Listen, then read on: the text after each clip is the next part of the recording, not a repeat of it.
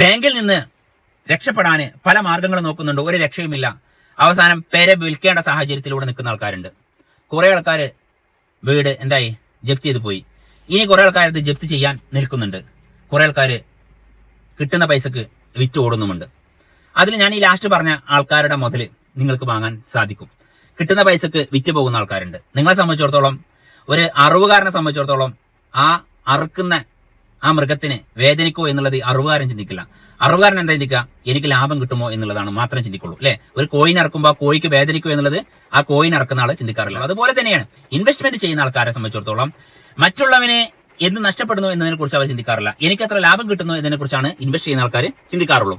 അങ്ങനെ നിങ്ങൾക്ക് പൈസ ഇട്ടിട്ട് പൈസ വാരാൻ അവസരം ഇഷ്ടംപോലെ ഇന്ന് സുബൈർ ബാപ്പരി കെയർ ഓഫിൽ വന്നിട്ടുണ്ട്. ഒരുപാട് ആൾക്കാർ, ചില ആൾക്കാർ നിലവിൽ ലോൺ ഉള്ളത് നിലനിർത്തിയിട്ട് ബാക്കിയുള്ള പൈസ തന്നാൽ മതി എന്ന് പറയുന്നു.